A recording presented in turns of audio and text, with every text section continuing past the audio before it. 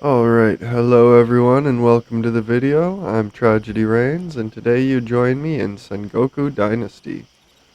This is a fairly recent game available in early access, so expect incomplete features and other work in progress type stuff. This is just a quick look at the little village I've built. So I've got several of these little houses, most of which just have the mandatory bed and hearth. I am partway through building a couple of tables in some of them. Most of the houses are assigned to people that I've recruited. You can find most people that you can recruit hanging out at similar lean-to structures like this around the map. You basically just find them, and if you have a house, you can move them in. If you don't have a house, they become homeless, and when you do move them in, you still have to assign them to a house, or they are homeless. So then I have like a blacksmith here, so I've got the ability to smith some high quality tools. I of course have a well, but you have to make buckets for it. The town bell, which is how you advance seasons as well as found a town. And we've got storage. This is the general storage, and you'll notice it's Dynasty General Storage. Since your dynasty isn't just your family, which isn't implemented yet, by the way, it's actually all of your villagers, because you can found up to 4 villages. And so you're building a dynasty of not necessarily family lineage, but a dynasty of people. This is the peasant kingdom after all. There are no reigning lords. So here we go, we've got our beverage storage. Over here we've got our food storage. And then over here we've got wood storage. And then here we've got our wood shop where you've got a carpentry station and the woodworking table where you can, well, obviously do anything with wood. It's always better to make stuff at these facilities than to make it yourself. Usually the yields are higher, the costs are sometimes lower, I think. These are just more houses. Then we've got a hunter's cabin here. I believe this is a forager's hut. What's this? Another house? This is just another house. So it's not like a really big village or anything going on just yet. I do have this, which is the tailor's workbench and canning vat. And then over here we have a fisherman's shack. So you can craft fishing nets here, which allow you to fish. I think there are a couple of ways to fish. There's resources everywhere, but things like trees don't seem to respawn. Things like loose on the ground do seem to respawn though. I'm not sure about these smaller plants like the grass and berry bushes and stuff. I'm not really sure if they respawn. And birds' nests. You are able to harvest everything in them as well as the nest itself. However, I believe if you don't harvest the nest, you may get more resources later from it. This plant here, Gobbo, this is a basic foodstuff, very easy to find, very easy to cook, and it's adequate at keeping you alive, essentially. So I don't have a whole lot really else going on in this place. I do have a mining facility over here, which I forgot about. But yeah, so I don't have a whole lot actually going on in this town, but I do have pretty much everything that I need in the town. I just need more and more people. We'll open the map here, and as you can tell, I've been, well, all over the place, really. So New Hope is the first city that I built myself. Sosogi, which is up here where I'm at, I've kept the name Sosogi because you actually rebuild an existing village. And then you have to go all the way down here to the temple and get permission to build a second city, and then once you hit a certain point, you're able to build a third city, then after you hit a certain point, you're able to build a fourth city. So my city is here, but I should have actually put it in a slightly different position so it was closer to something else that I wanted to try and do something with. And I'm not 100% sure how it all works, and I may have to be closer than I am. These symbols indicate places of power.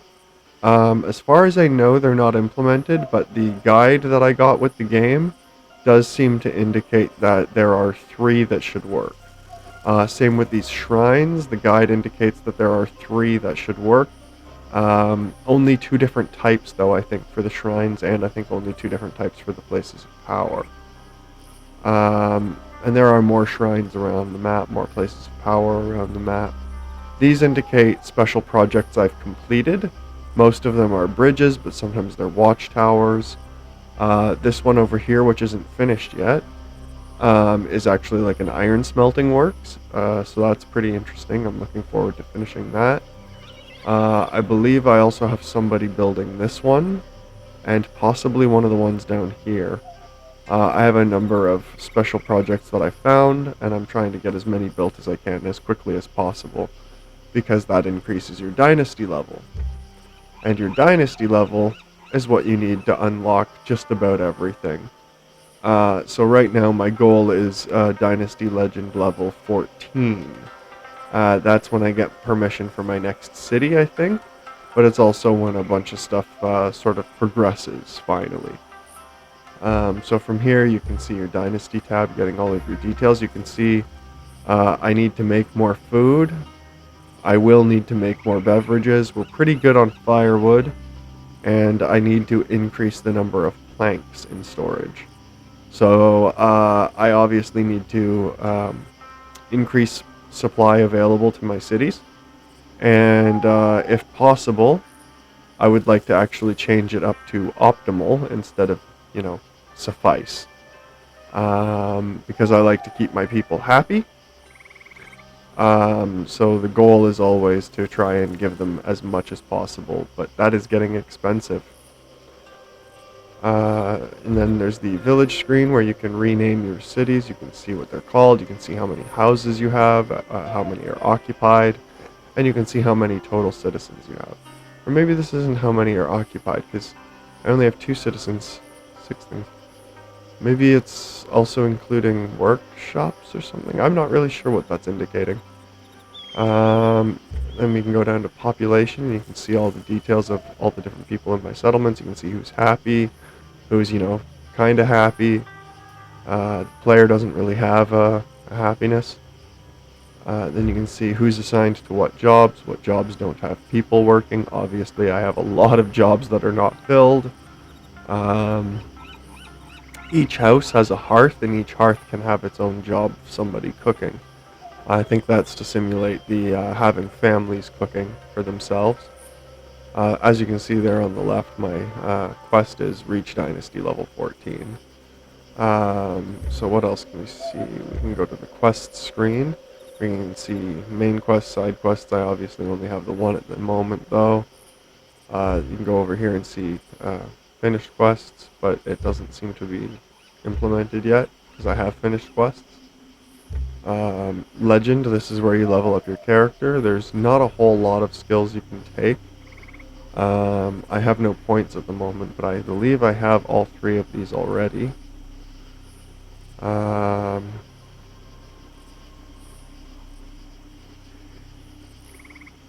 Yeah, I already have it unlocked. I already have these unlocked. I just need this one unlocked. Oh, and it looks like I actually have enough experience to unlock it. So let's unlock it. That gets that out of the way. And then Way of the Monk. I'm not sure how this really works. These are the 2 kami that I can find shrines for. I believe there's 2 for this one, or maybe it's this one.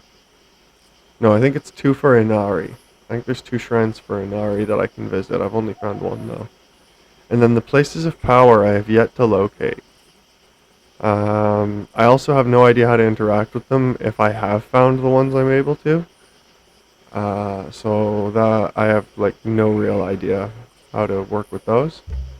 The character screen is your inventory, your quick bar, which has got obviously 12, which is really handy. Control functions are listed in the middle. You can see how much money I have, which it's honestly not very much. And you can see what I'm using as equipment. So I have simple arrows equipped, some basic gloves, basic clothes, some halfway decent shoes, and a decent hat. I do not have a healing gourd. I haven't found one yet.